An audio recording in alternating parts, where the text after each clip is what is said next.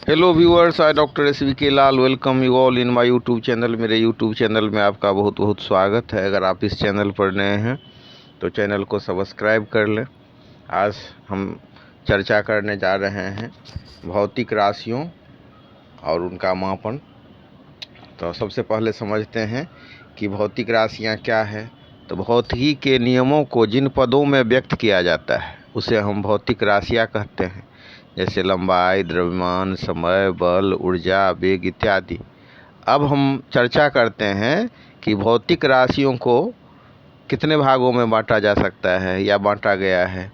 तो भौतिक राशियाँ दो प्रकार की होती है। एक है आधारी राशियाँ, जिसको हम अंग्रेजी में कहते हैं बेस क्वांटिटीज़ या बेसिक क्वांटिटीज़, या फिर उसको हम फंडामेंटल क्वांटिटीज़ भी कह सकते हैं। और दूसरा है व्युत्पन्न राशियाँ, जिसको हम डिराइव्ड क्वांटिटीज़ कहते हैं। अब आधारी राशियाँ क्या है? वे राशियाँ जो स्वतंत्र मानी जाती हैं, जैसे लंबाई, द्रव्यमान, समय इत्यादि। और SI यूनिट की बात करें तो इसमें 7 आधारी राशियाँ हैं। अब स्वतंत्र रहने का मतलब क्या है? जैसे क्लास में तुम लोग हो बच्चों, तो तुम किस पर निर्भर हो? अपने पेरेंट्स पर निर्भर हो। और तुम्हारे पेरेंट्स किस पर निर्भर हैं? तो स्वतंत्र हैं, वो किसी पर निर्भर नहीं हैं। तो इसी हिसाब से आधारी राशियाँ वो राशियाँ हैं, वो भौतिक राशियाँ हैं, वे भौतिक राशियाँ हैं जो स्वतंत्र मानी जाती हैं, इंडिपेंडेंट मानी जाती हैं। और व्युत्पन्न राशियाँ वो भौतिक राशियाँ हैं जो आधारी राशियों पर निर्भर करती हैं, या ऐसे भी हम कह सकते हैं जो आधारी राशियों के पदों में जिनको हम व्यक्त करते हैं। अब हम चर्चा कर रहे हैं मात्रकों की पद्धतियों की। तो मात्रकों की पद्धतियाँ क्या होती है? तो सभी प्रकार की राशियों के लिए मात्रकों के पूरे समूह को हम मात्रकों की पद्धति कहते हैं। अंग्रेजी में इसके लिए शब्द यूज होता है सिस्टम ऑफ यूनिट्स। और मात्रकों के प्रकार की बात करें तो मात्रक के प्रकार भी दो होंगे। एक आधारी मात्रक, जिसको अंग्रेजी में हम फंडामेंटल यूनिट्स कहते हैं, और दूसरा व्युत्पन्न मात्रक, जिसको हम डिराइव्ड यूनिट कहते हैं।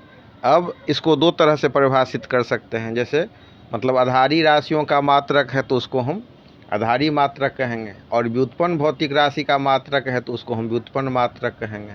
या दूसरे ढंग से हम ऐसे कह सकते हैं कि ऐसा मात्रक जो अन्य मात्रक पर निर्भर नहीं करता है उसे हम आधारी मात्रक कहते हैं, और वहीं पर जो व्युत्पन्न मात्रक है वो आधारी मात्रक पर निर्भर करता है।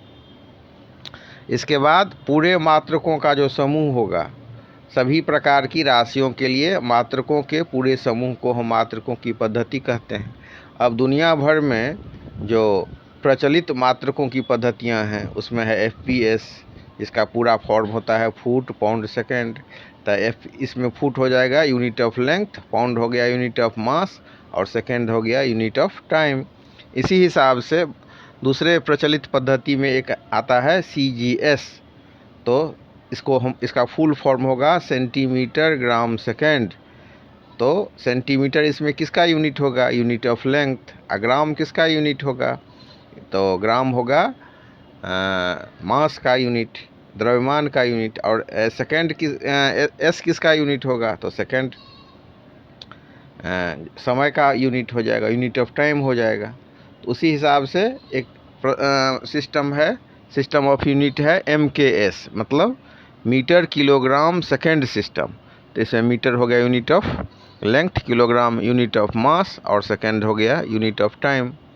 अब हम चर्चा करते हैं पूरे दुनिया में जो यूनिवर्सल है, जो सर्वमान्य है, जो वैश्विक है, और पूरे दुनिया के जो माप तौल के जो वैज्ञानिक लोग हैं, जो उनके द्वारा जिसकी मान्यता दी गई है जिस यूनिट की, उस यूनिट की हम बात कर रहे हैं। वो यूनिट है हमारा SI यूनिट।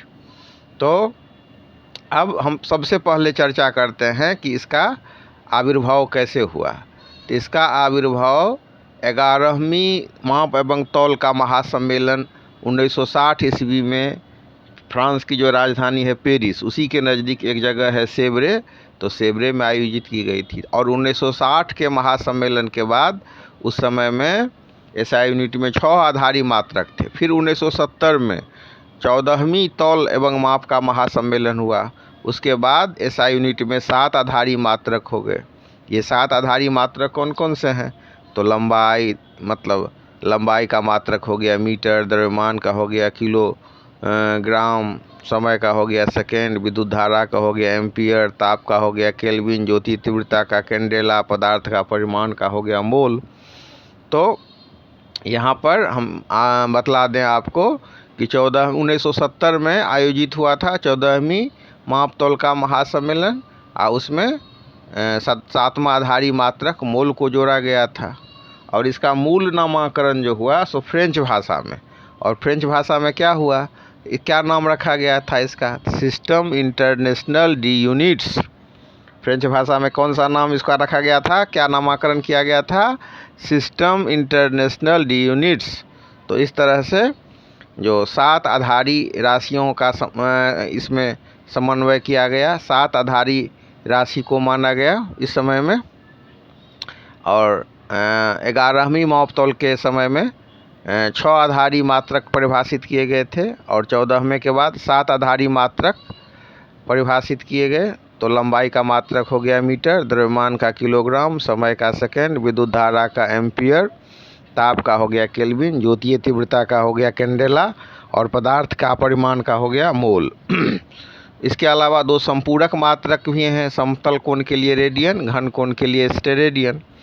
अब हम देखते हैं कि जब हम फिजिक्स की बात करते हैं, साइंस की बात करते हैं, तो कभी कभी बहुत बड़ी दूरी को मापा जाता है। अब कोई पृथ्वी से सूर्य की कितनी दूरी है, पृथ्वी से जो तारा है सबसे नज़दीकी, सूर्य के अलावा प्रैक्सिम सेंचुरी उसकी कितनी दूरी है, तो उसको मापना है।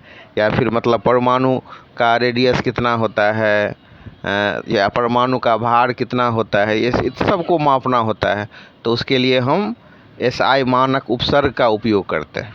तो उसको याद रखने के लिए आप जो उसका मानक उपसर्ग है छोटी दूरी सब के लिए हम लिखते हैं मिली, माइक्रो, नैनो, पिको, फेम्टो, एटो, और मिली के पीछे में लिख दीजिए 10⁻³ और फिर इसको जोड़ते चले जाइए -3 तो मिली में हो गया 10⁻⁻3, माइक्रो में हो गया 10⁻⁻6, नैनो में हो गया 10⁻⁻9, पिको में हो गया 10⁻⁻12, फेम्टो में 10⁻⁻15, एटो में हो गया 10⁻⁻18, और बड़ी दूरी सब के लिए हो गया किलो, मेगा, जीगा, टेरा, पेटा, एक्सा।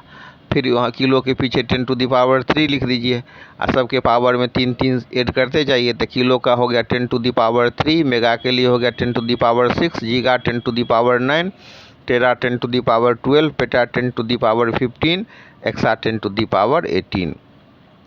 तो इस तरह से हम इसको याद रख सकते हैं।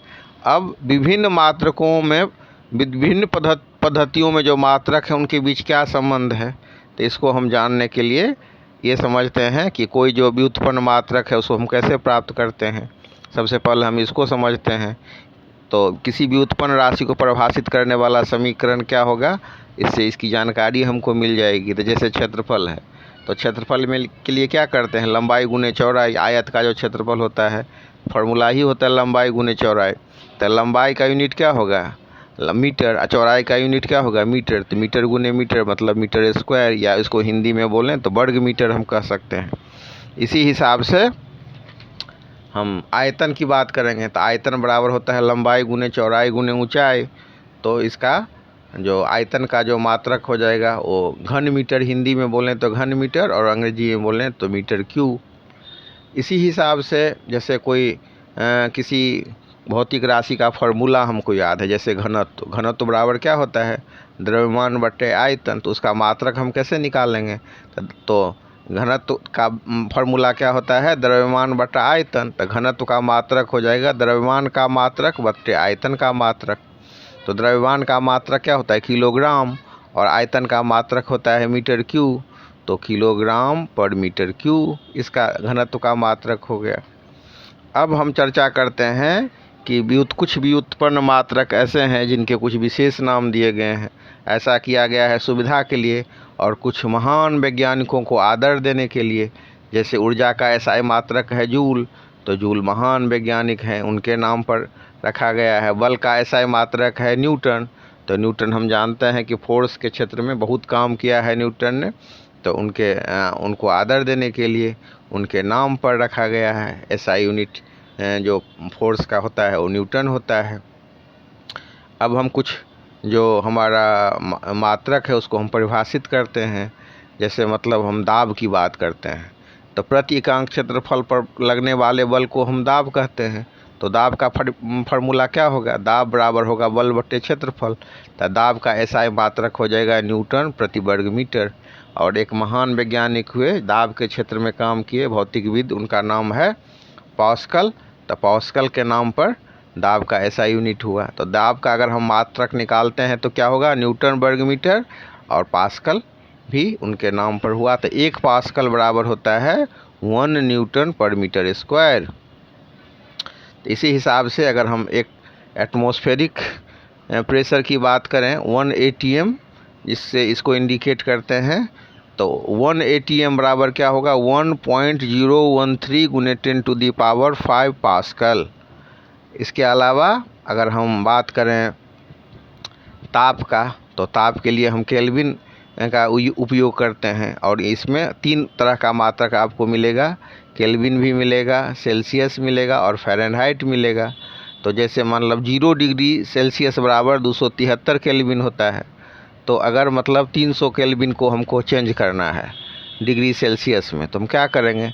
तो मतलब 300 में से 273 घटा देंगे, तो 300 केल्विन बराबर क्या हो जाएगा? 27 डिग्री सेल्सियस। फिर उसी हिसाब से 573 केल्विन को हमको चेंज करना है डिग्री सेल्सियस में, तो फिर उसमें से 273 घटा देंगे, तो 573 माइनस 273 तो हो गया 300 डिग्री सेल्सियस।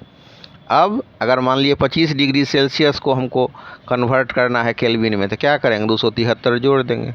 तो क्योंकि 0 डिग्री सेल्सियस बराबर होता है 273 के, तो 25 डिग्री सेल्सियस बराबर कितना होगा? तो 25 + 273 के, ये हो जाएगा हमारा 298 के। इसी तरह से हम इसको